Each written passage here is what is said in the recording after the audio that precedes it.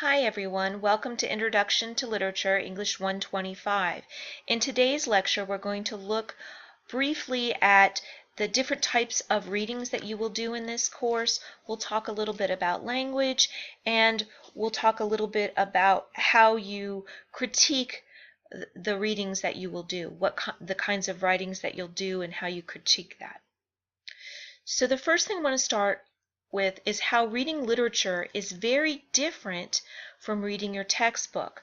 When you're reading a textbook, you're looking for information, okay? And when you're reading literature, you're really looking for the full experience. Reading a piece of literature is similar to going to a museum and looking at a great work of art. You want to look at it in its historical context, you want to look at it in its social construct, how it relates to a particular culture, identifies a culture, critiques a culture. So you're looking at it in a very different way than simply looking at the words on the page and trying to get information from those. Authors like to use different types of figures of speech in order to convey images and to really paint a good picture of what is going on in their stories. So they use figures of speech called metaphor and similes. A metaphor is when you say that something is directly something. So for example, our examples here, life is a journey, a game, a dance, a dream. You are saying that life is something. Love is a rose. So you're comparing them without using signal words to let your reader know that you're comparing them. So you're actually making a very strong comparison by saying that something is something else. A simile is a little less forceful. It uses words like and as, so you would say, my love is like a red, red rose. My life is like a game. My life is like a joke. So you're making comparisons still, but you're saying that something is similar to something else. Okay? Metaphor, something is something, and simile, something is like something else. There are also different genres of literature that we will look at. In this class, we're probably only going to have time to look at the first three: poetry, drama, fiction, but there is also nonfiction, and if we get the opportunity, perhaps we can look at some of that. There's also historical fiction, which deals with historical facts, but puts a creative bent to it and makes fictional characters, those kinds of things. So each one of these genres of literature require a slightly different way of reading. So for example, when you're reading poetry, poetry is written to be spoken, and so part of the experience of reading poetry is to read it out loud, to listen to it aloud, because that's how it was intended to be experienced. With drama, it's intended to be experienced in a play, in live action.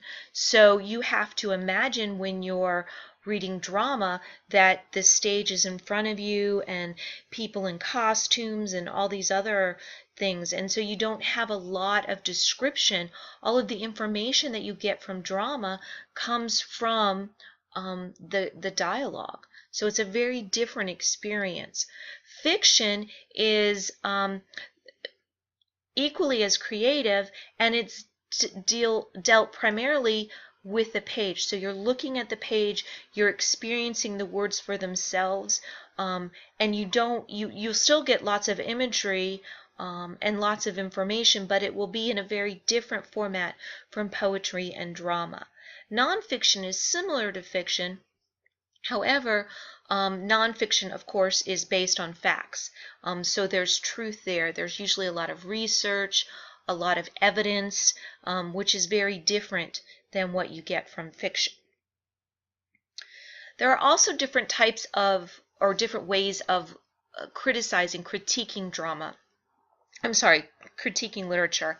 So what you want to do, it's called literary criticism, and you, in your own little way, are going to be literary critics. And literary critics look at the text and then they gather information and interpret the meaning and comment on that So what you're going to be doing, you're going to be mini literary excuse me, critics when you're writing in your reading journals, when you're carrying on discussions. So you're going to take a very educated approach to discussing pieces that we read. So how do we categorize literary works? We look at the contextual factors, especially historical and cultural.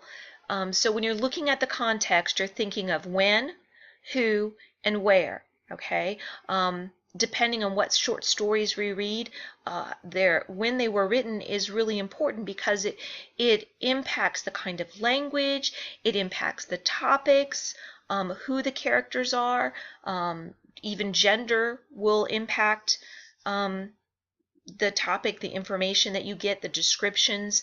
The where can really be very different than, different cultures have different important periods. American culture has our specific important periods, but Chinese culture has very different important periods. The other way that you can look at literary works is through their formal textual features. So when you're doing that, you're looking at the style, the form, the plot, the characters. You're looking at the actual pieces, the words, and how they are put together. So those are different ways. Contextual is kind of the big picture, and formal is looking at very particular elements. There are also some subgenres of fiction.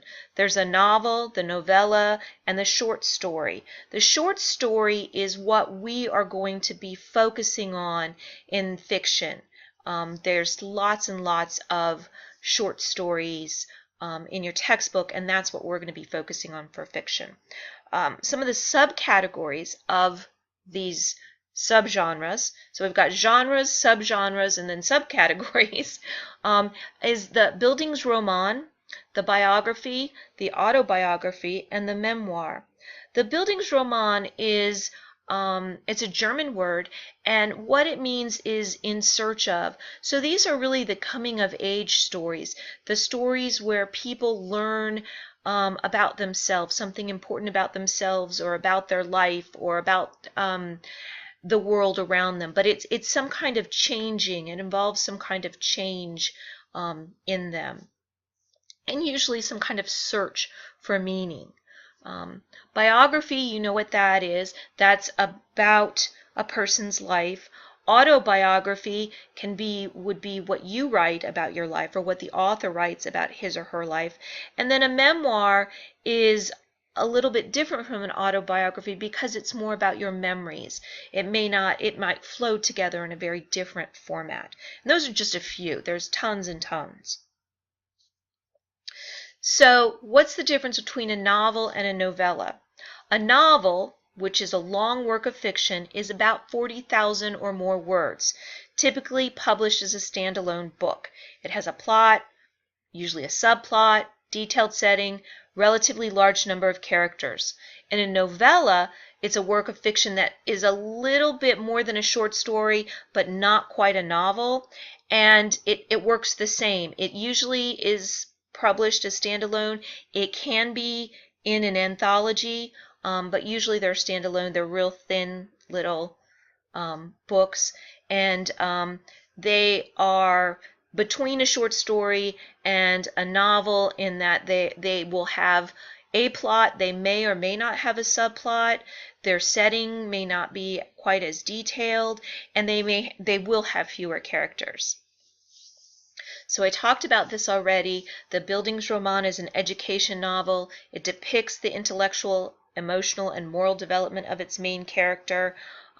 biography about a character's life, genre fiction like science fiction, mysteries, romances, historical fiction based on fact but not necessarily true, the figures aren't necessarily real, naturalistic novels. These novels look at the environment and how the environment has changed and its impacts on human beings. So I said we're mostly going to be looking at short stories. So what is a short story? A short story is short. It is a short work of fiction, usually between 500 to 10,000 words. Could be a little bit more, could be a little bit less. The idea with a short story is that it can be read in a single sitting of 2 hours or less. That doesn't always work because it depends on your reading speed, but that's basically what we're looking at for a short story. And there's lots of different types of short stories. There are the initiation stories, which are similar to the Bildungsroman, and then there's short fiction. The first piece you're going to be reading, 2020, is what you would consider a short piece of fiction. So you'll get to experience that. So what does reading literature actually do for us? In other words, why do this and what are you going to get out of it? There are a few things that I think are pretty important. It provides a way of learning new information about people, cultures, and lifestyles. It's kind of a way of looking at the way people lived in the past, what they valued in the past. When you're looking at science fiction, you can think about what people might find valuable in the future. It's a way of looking at our culture by reflecting on the differences, whether it be in the past or the future. For me, I do a lot of reading simply for escapism. I want to relax and unwind, so I lose myself in a book or a short story, and I'm not really worrying about the bills that I have to pay or the papers I need to grade and all those kinds of things. Short stories are also ways to question traditional ways of thinking about values and beliefs. Science fiction is famous for this, twisting things around and changing things so that we can look at them in a different way. Literature can actually promote ethical behavior. There are many stories that tell us how to live, what we need to do, what we should do, what we ought to do. Aesop's fables, the Grimm brothers. So there's lots of different ways that you can learn about good behavior. It also, and I think this is an interesting one, enables us to experience difficult situations and issues in all their complexities from different points of view. So there might be a problem in a particular short story or drama, and you can look at it from different characters' perspectives. By looking at it from different characters' perspectives, you can get different understandings of these issues. So it allows us a big picture in a really safe environment and allows us to look at and think about controversial issues in a really safe environment because they're not right in our face, but we're kind of removed from it and looking at it. So what do we do with literature, or how do we read literature? I spoke a little bit about this last night, but I really want to emphasize this. When you read a piece of literature, you need to be open-minded and be prepared to experience something different. For example, in Sunny's Blues, the plot line is not direct. It's called in media res, and it starts in the middle, then goes to the beginning, then the past, then the middle. So it hops around a bit. And if you are expecting one particular, a beginning, middle, and end, they're there, but they're not in the traditional order. So it takes a little getting used to. You need to be open to that, and be willing to suspend belief and just invite yourself in and go with it. And this next point is very, very, very important. Assume there's a reason for everything.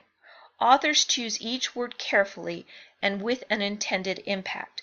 This is especially so in short stories.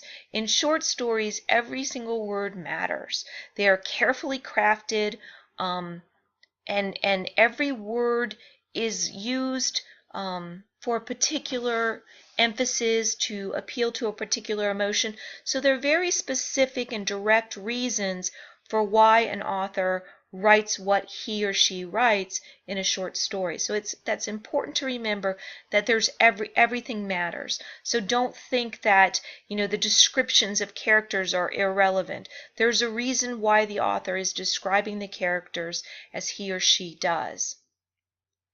Also, again, I said this earlier, but remember that literature exists in a specific time period and times change. So terms and language that were popular in the 1600s, in the 1800s, are not the terms and language that is popular today. So be willing to experience language in different forms and in different ways than you're used to. So, that being said, if you have questions, please post them in the I Have a Question form in Blackboard, or you can email me, and happy reading.